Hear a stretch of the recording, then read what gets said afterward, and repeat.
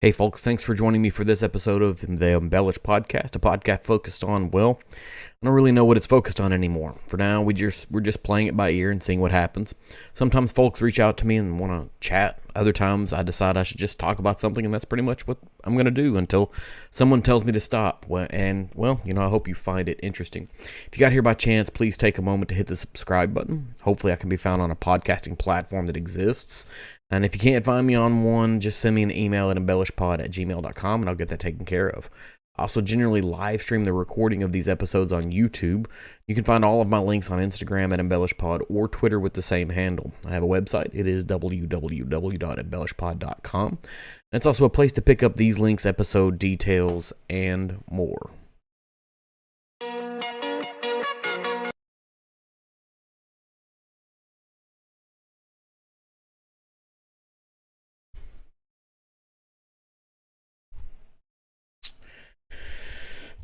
All right, we're going to do things a little bit differently than what we've been doing in the past. We're putting out one episode per month now.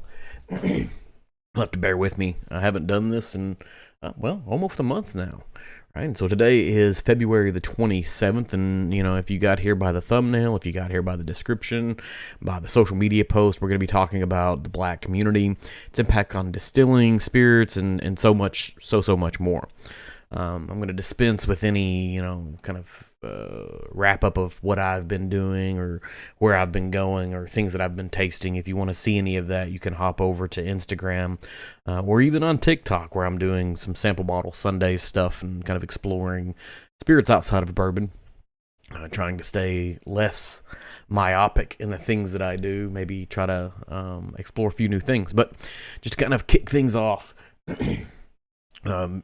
President Ford officially recognized Black History Month, which is the month of February, back in 1976, trying to make an opportunity to seize the opportunity to honor the too often neglected accomplishments of Black Americans in every area of endeavor throughout our history.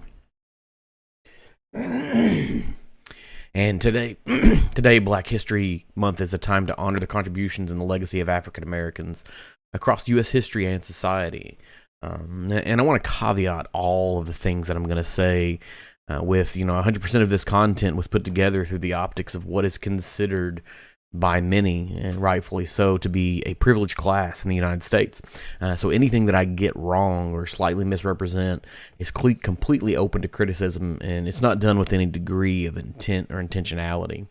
In preparing for this particular episode, I came across an anthropological article that was published somewhere around 2008 that was talking about a specific incident in the 40s around moonshining in the Black community. And while the rest of this particular episode is about how the Black community has impacted distilling and spirits, and hopefully shining a light on some things that you may not already know, this particular article reminded me of something. And I'm not going to have a whole lot of the details of the article in it, but it reminded me of that the point is the story, not a perfect recording of it. Maybe that's me trying to give myself a pass and telling of the story that I'm intending to put together. Maybe it's something else, I'm not really sure. But in the article, the paper, the thesis, whatever, it's called Making Moonshine, Thick Histories in the U.S. Historically Black Community. The author struggles with a perfect recording of this particular story. When the story is related as a part of normal conversation, it's more multidimensional and full.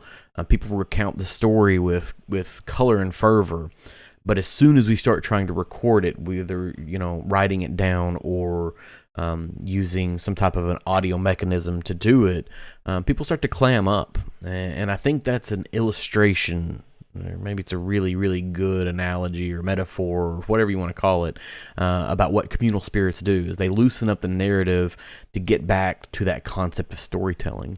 Not only is storytelling a huge part of the marketing and sales of these spirits, it's a part of the culture it also creates. Or maybe it creates the culture of storytelling. I'm not really sure which way it goes there, but it encourages these storytelling and narratives And kind of from the beginning, that's kind of what we've been around. What I've tried to kind of focus around is that the veracity of the story isn't necessarily as important as communicating the emotion of the story. I work in software, computer software, and I was working with a vendor last week who supplies a feedback mechanism for software, the ability to capture people's thoughts about stuff. And they also provide metrics and analysis. And their message was pretty simple, that we know exactly what people do by recording it, and we can intuit why they do it with our own understanding of the setting. What we can't know and what we must know is how does it make them feel. And that's the point of storytelling. Make someone feel something. And I think I've kind of bloviated over this, so we'll get back to this central idea that I hope the rest of this episode makes you feel a certain way. Maybe it's uncomfortable, maybe it's enlightened, maybe it's happy, maybe it's whatever. I don't really know, but that's sort of the intent of what we've been doing here for a while. I say we like there's someone else. It's just me. It's just me in this room. I say, and maybe we as the community of people who've supported this, we as the folks who have joined me for recordings, whatever. But whenever it comes to this side of the fence, there's just me here. Trying to see whatever we've got going on. So, historical records from and kind of getting back into the whiskey concept, historical records from the 18th through the 20th centuries in places like Kentucky and Tennessee don't often credit black people for their contributions to the industry. And that's sort of the case with a whole lot of things. Slaveholders, for instance, weren't quick to share praise of any of their enslaved people who made up the bulk of the people who did the work. And after abolition of slavery, Southern whiskey industry didn't really offer anything else either. But it is absolutely undeniable that black people play a huge role in creating America's favorite spirit. And one of the things that I think we're starting to see a shift in culture. Last summer, there was an episode around this where we talked about it, but I spent some time traveling, and our family toured DC. We went to Monticello and Mount Vernon, and I distinctly remember touring historic sites as a child that had anything to do with slavery. And generically, we would try to whitewash it. We would try to talk about it really quickly and kind of move past it and talk about how great a particular person was. But we're seeing this change in a lot of these historical societies that are trying to be more accurate to how slavery actually was kind of envisioned during that time frame. If we think about George Washington, and we have a whole lot of conversations about the whiskey that he was making, even in Mount Vernon itself, that was largely made by his slaves, people that he owned, people that had absolutely no choice but to work for him for a lot of different reasons. And some of those things that they sort of may have integrated into the culture of whiskey making or distilled spirits can be something as straightforward and important as introducing charred barrels. It's a pretty important part, but the use of charred barrels can go back to water purification from Africa for a whole host of different things.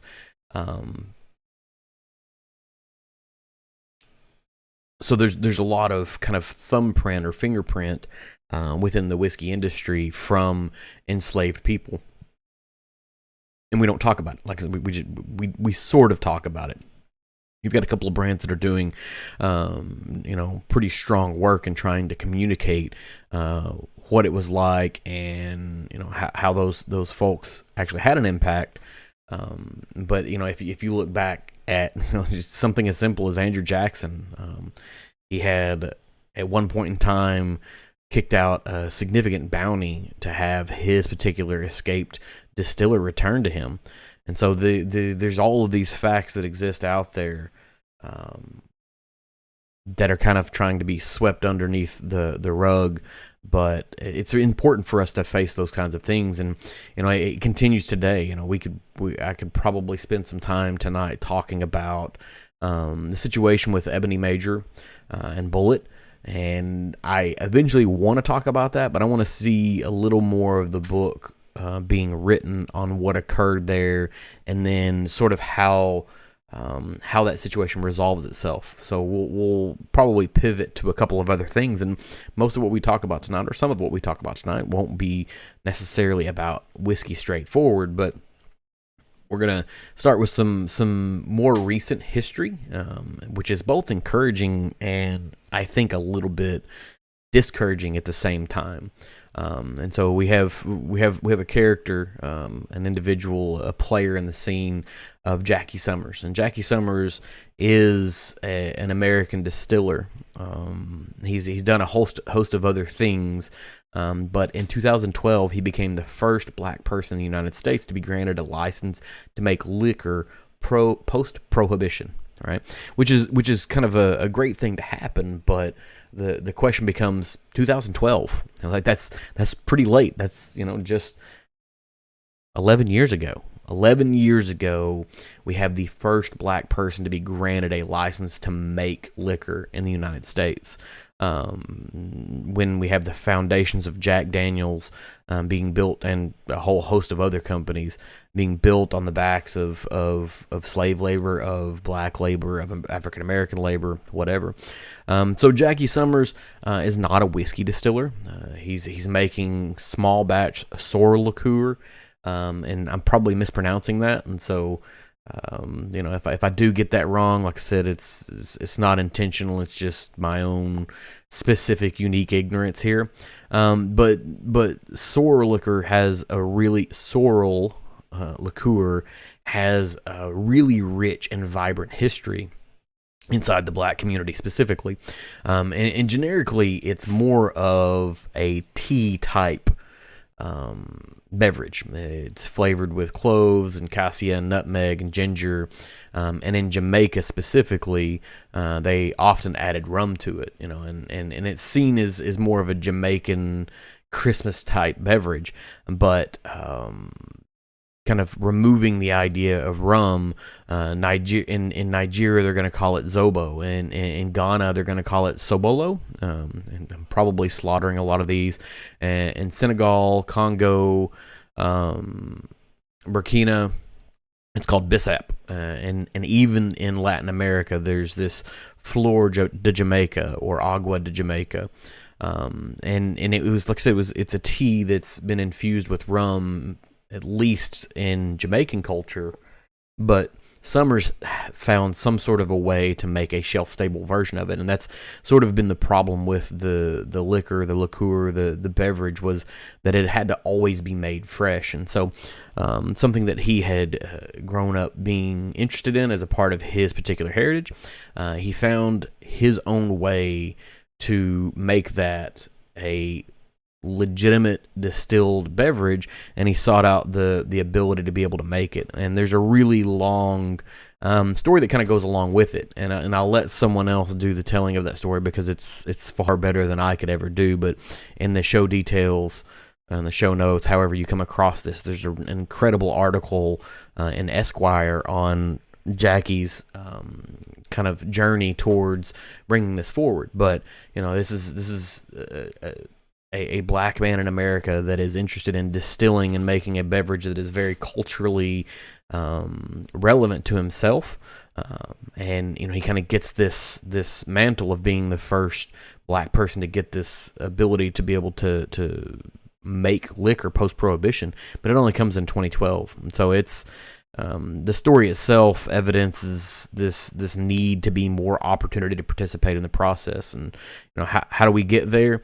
There's a bunch of different ways. The Michael James Jackson Foundation for Brewing and Distilling, the folks at Uncle Nearest are doing some things, and there's a handful of other places for opportunities for people to participate in the process of making alcohol. And so that's very recent history, and we're going to rewind back way farther back. And we're going to talk about Bertie Brown. And so I'm trying to talk about people that maybe people aren't necessarily as aware of. The folks at Uncle Nearest have done a great job of telling Nearest Green's story.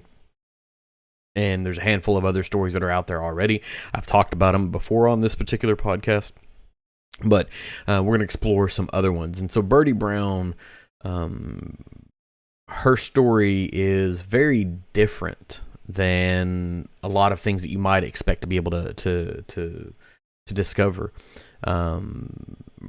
She was born free, but she lived in Missouri in a time immediately after slavery, and Missouri had its own history with slavery, very, very specifically. And she, as a young woman in her 20s, made a trek from Missouri to Montana. And in 1898, she settled near Lewiston in Montana. She made a formal claim for a homestead bordering Brickyard Creek, and the claim was made in 1907, and she had it proved by 1912. And so kind of put yourself, in a time machine, rewind the clock a little bit, and we're talking about a single black woman in her 20s has made a trek from Missouri to Montana to try to homestead in 1898. And so it's a black woman owning property and building up a homestead in the late 1800s, early 1900s, which is an incredible story to begin with for a black person or a woman. But for a black woman, it's different. And Montana is, I don't know if you've been to Montana, but Montana is not exactly the easiest region to sort of homestead in. It didn't have some of the fertile soils that you would see in Nebraska or Kansas or even Missouri for that part. And Montana was just sort of begging for folks to show up. And there's not a ton that's known. I mean, as is the case with a lot of homesteaders, there's not a ton that are known about people, prior to them making an acquisition of land. There wasn't great record keeping of births and deaths and where they came from. And, marriage licenses are a great way to get at this, but she wasn't a married individual. They believe that she was abandoned and had tried to find a unique way to figure out a way to prove her claim, right? Keeping animals, planting trees, trying to make some money to be able to prove that she was going to make a go of it on this particular claim. And one of the things that she kind of gained a little bit of credibility around was distilling, selling moonshine, very specifically selling moonshine. And so we're talking a little bit pre-prohibition here, but we're in a homesteading situation in a sparsely populated region, having the ability to be able to make moonshine was a really good source of income, being able to help prove her claim out. Now, she continues to distill into prohibition, but being where she was, there wasn't as much of a threat of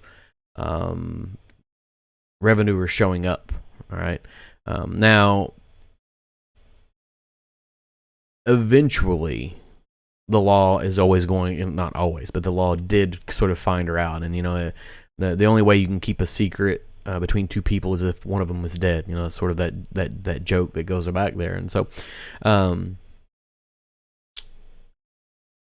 once she was discovered doing what she was doing, Birdie decided to change her profession. She became a dry cleaner. And dry cleaning at that point in time required the use of gasoline as a cleanser. And so having a need to be able to generate your own gasoline to be able to do your dry cleaning tasks helps you sort of find a way. Where there's a will, there's a way, and that's absolutely the kind of behavior that Birdie specifically exhibited. Now, the sad part of this story is obviously that, not obviously, but it is going to be that working through this distillation ultimately results in an explosion.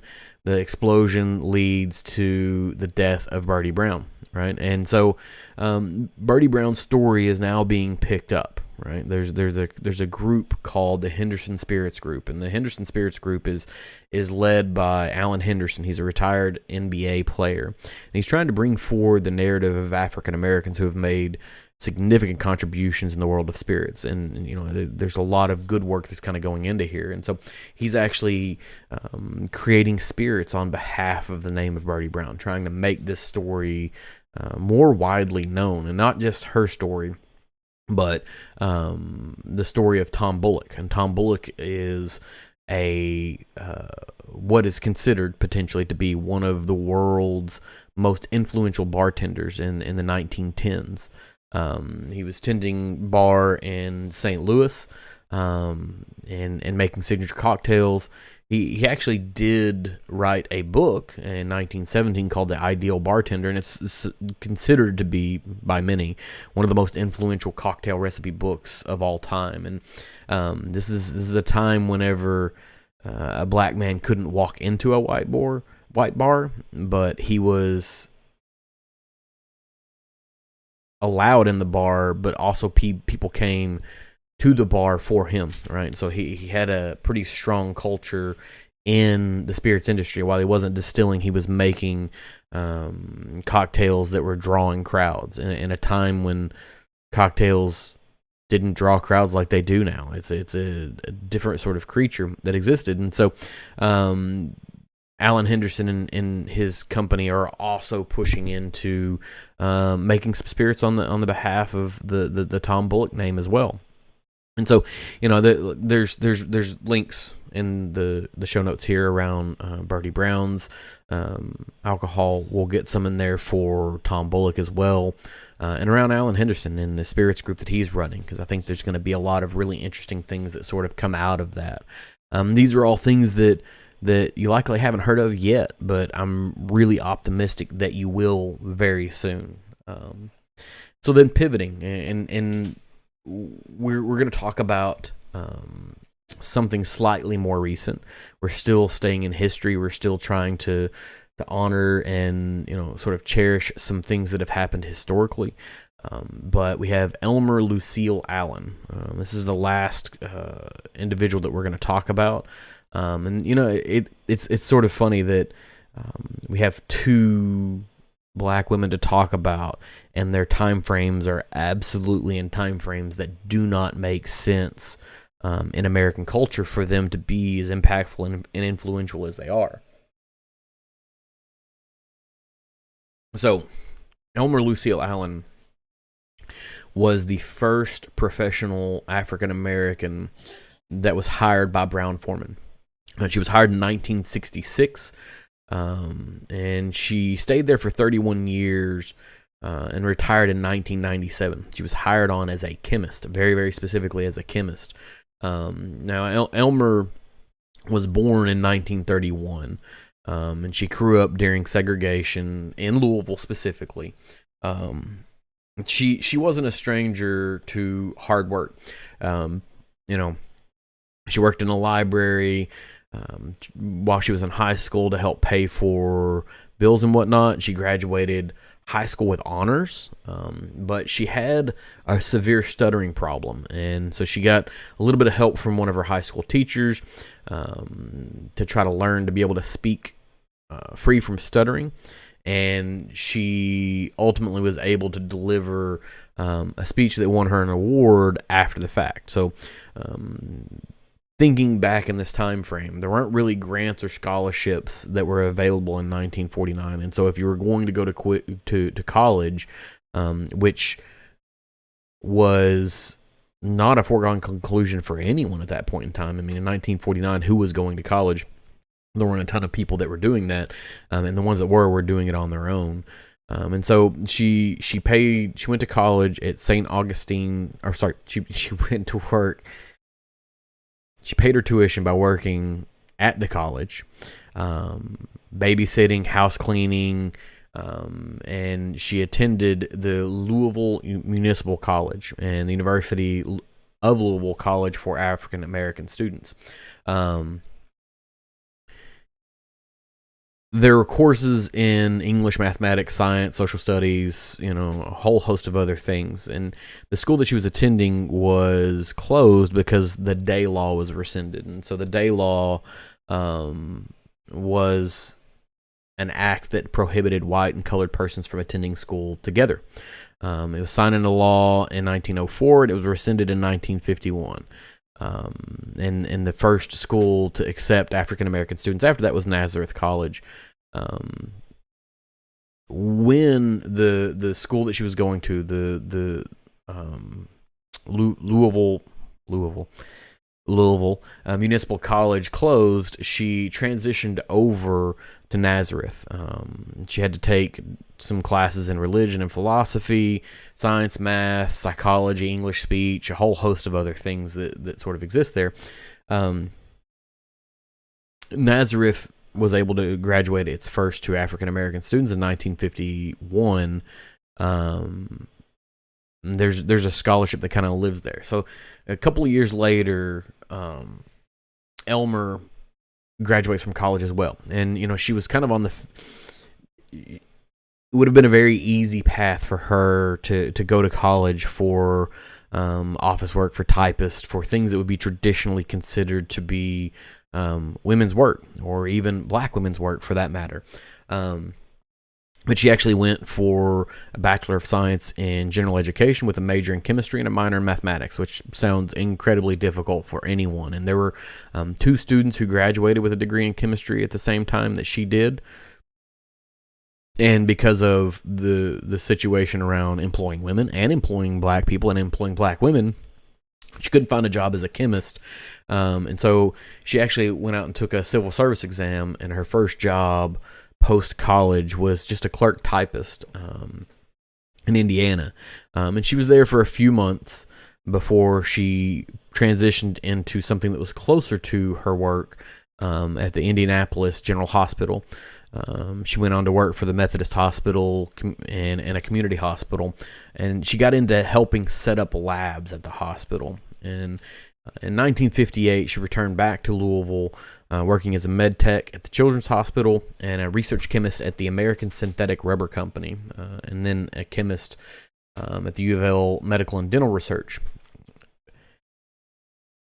One of the other chemist's uncles was in charge of Brown-Forman's research and development department, and this other chemist, which was a female as well, gets Elmer an application, right? Which seems sort of like a long shot. We're talking about 1966, but she applied, interviewed, and started work in 1966. So she begins work at Brown-Forman at a time when there were very few women in the workplace, and those that were there were in secretarial roles.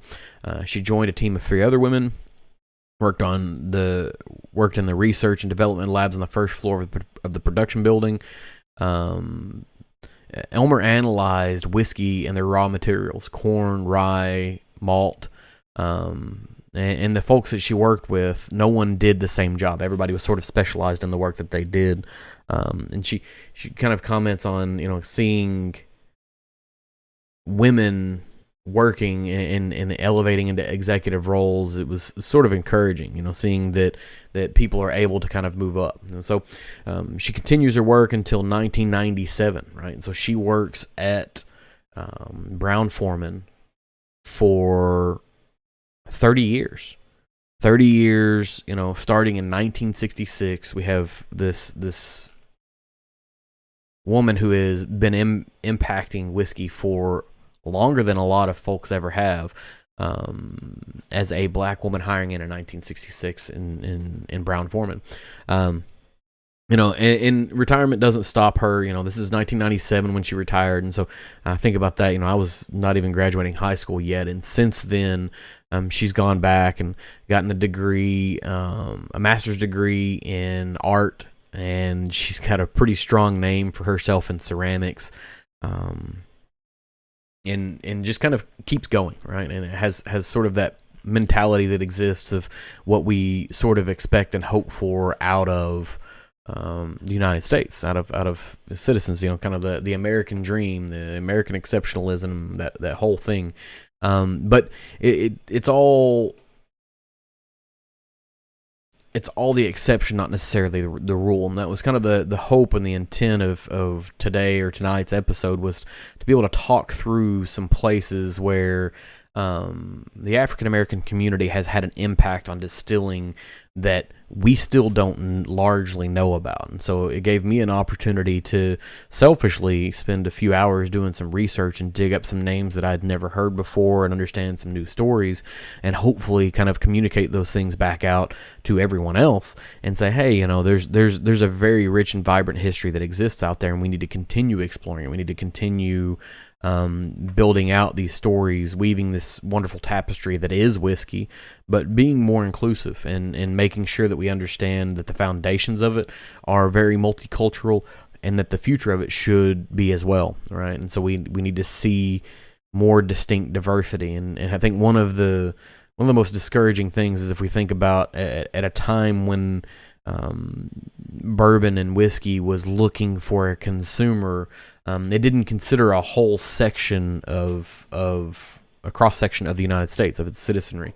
They were trying to chase down old white men, and you have other distilled spirits out there like cognac that actually targeted specifically the black community and found huge success there. Right, it's not just an old white man's spirit anymore. It doesn't need to be. And so, the hope is to kind of tell these stories, communicate them to anyone that's willing to listen, and hopefully expand the palette of available people that are going to be a part of our culture kind of going forward. And so we're going to leave it there. I've got a couple of interviews coming up, so we'll get back to a few of those. Next month is March, which would be a great time to focus on women, but we're actually going to probably spend some time on Irish whiskey because it's also when St. Patrick's Day is. But I do have a couple, like I said, I've got a couple of interviews, something else to kind of kick out there and roll through, and kind of see what happens. So thanks for anyone who happened to tune in for this particular offering from the podcast. If you enjoyed this, please leave me a review on whatever platform that you have to be consuming this on. Make sure you let me know if you can still hear this. I mean, this is a weird thing to say, but if you've been a traditional audio podcast listener and you've hopped over to YouTube, I made some changes to who's doing the hosting for my podcast just to make life a little simpler for me as I'm trying to simplify this particular pet project that I've got going on. And so I think it's still out there. I think people are still having, a success opening it up and listening to it, but you never really know. So if you do happen to be on a podcast platform, leave a comment, like it, leave a review, do this, all the things. Everybody, if you're listening to this podcast, you listen to other podcasts already. They've already told you what to do. Just do the same thing for me that you do for them if you can. You can hit me up on social media, on Twitter or Instagram using EmbellishPod. You can give me a follow and see what's going on there. There are other things that are happening there. I found it's a little bit easier to kind of push a few things out there. I do have a website, sort of. It is www.embellishpod.com. It's got my links. There's just some contact details, account information, whatnot. I'll be back again pretty soon with another new offering for you. So until then, cheers and thanks for hanging out.